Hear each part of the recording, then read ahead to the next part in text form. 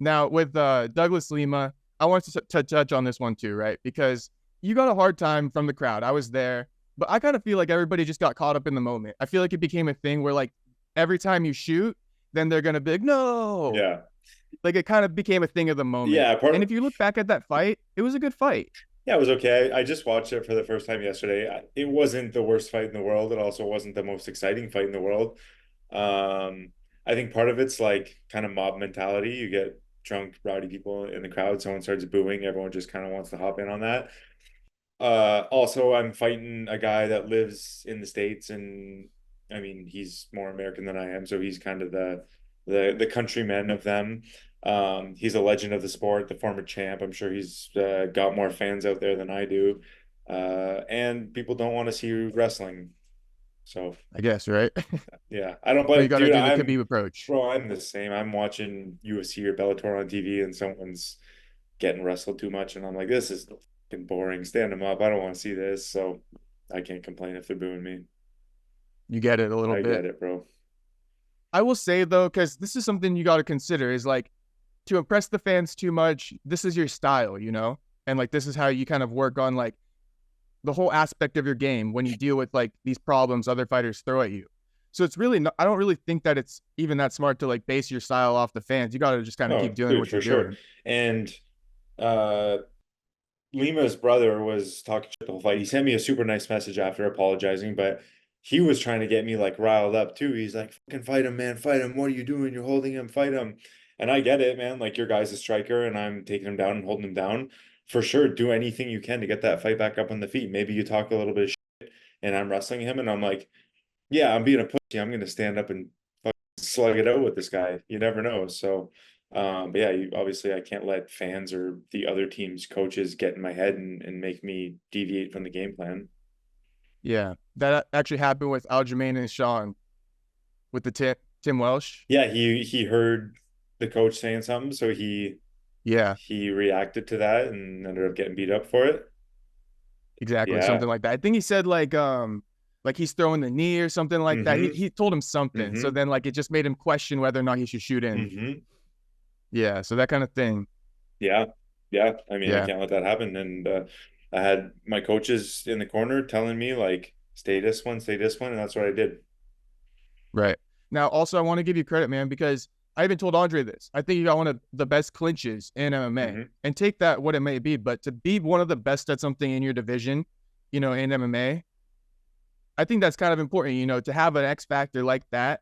You could go up against a lot of these guys, and like if you can clinch them, that's your ticket to victory, because you got the knees, Mm-hmm. control, takedowns, and stuff like that. Yeah, So for just sure. putting that out Yeah, there. it wears guys down. I know I'm good there.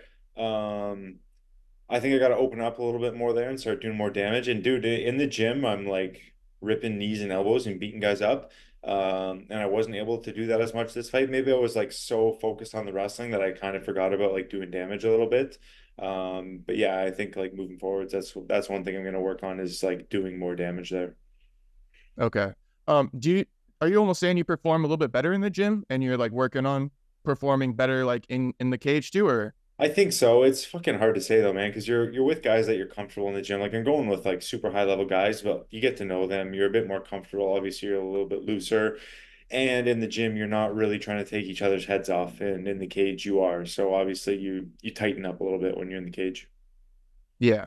Okay. So something else to work on. But like I said, I think you're elite in the clinch too. Thank So if you. you also add something else to your skill set that you can like start becoming elite at, that's like two things, Hmm. and I think that's a big X factor when you got guys who can mix it up and be great wherever the fight goes. Exactly. Yeah. Yeah. Okay. And then also I had a question about like the third round. How satisfying was it that it was like 1-1? You got the first round. He kind of beat you up in that second round a little bit. Third round, it came, or, Yeah. that's where you got your cuts, Yeah. right? No, bro. Both cuts were in the Oh, first round. were Like they? in the first fucking minute of the fight. Okay. This Well, I was one, also watching live, but This one that was bleeding a lot, it was yeah. like, I don't know, not even a minute in when I had his leg picked up for that single and he was like punching Yeah. at me like this from one leg. It just grazed my eyebrow and cut me open. And then we hit the ground and he like kind of rabbit punched it a couple times. I think it made it worse. And then he hit me with one elbow from his back that gave me this one.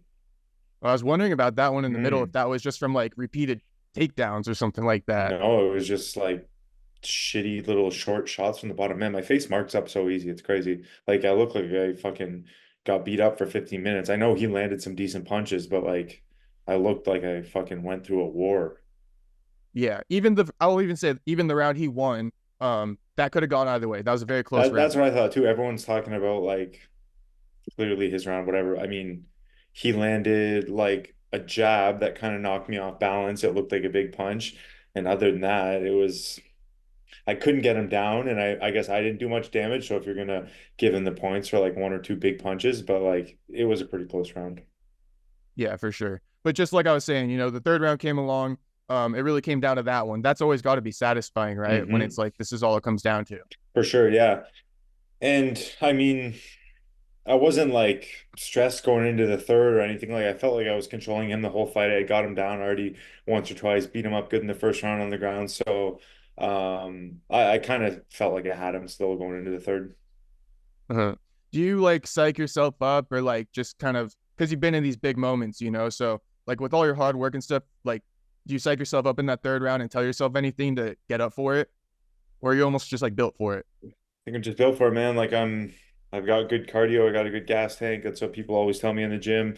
Um, I mean, third round, just another round. I just got to go out there and win. So there's like nothing special about it, really. Okay. Because some guys really have to pull from like Hmm. the depths, Hmm. but you're pretty skilled in there. You don't really gas out, so it's not like you had to do that right in the third round. Yeah, this fight, I wasn't like gassed at all. My arms were a little bit tired from like wrestling and squeezing and shit, but like cardio wise, going into the third, I think I was like pretty good. I don't even know if I was like breathing that heavy or anything. Yeah. And that's what I was saying too. Like when you dominate, it's like really one sided. So Hmm. like that's what I'm saying. Don't let the fans get to you too Hmm. much because I think you keep doing what you're doing, keep racking up the wins, and it's gonna work out for you. Hmm. Yeah, hopefully.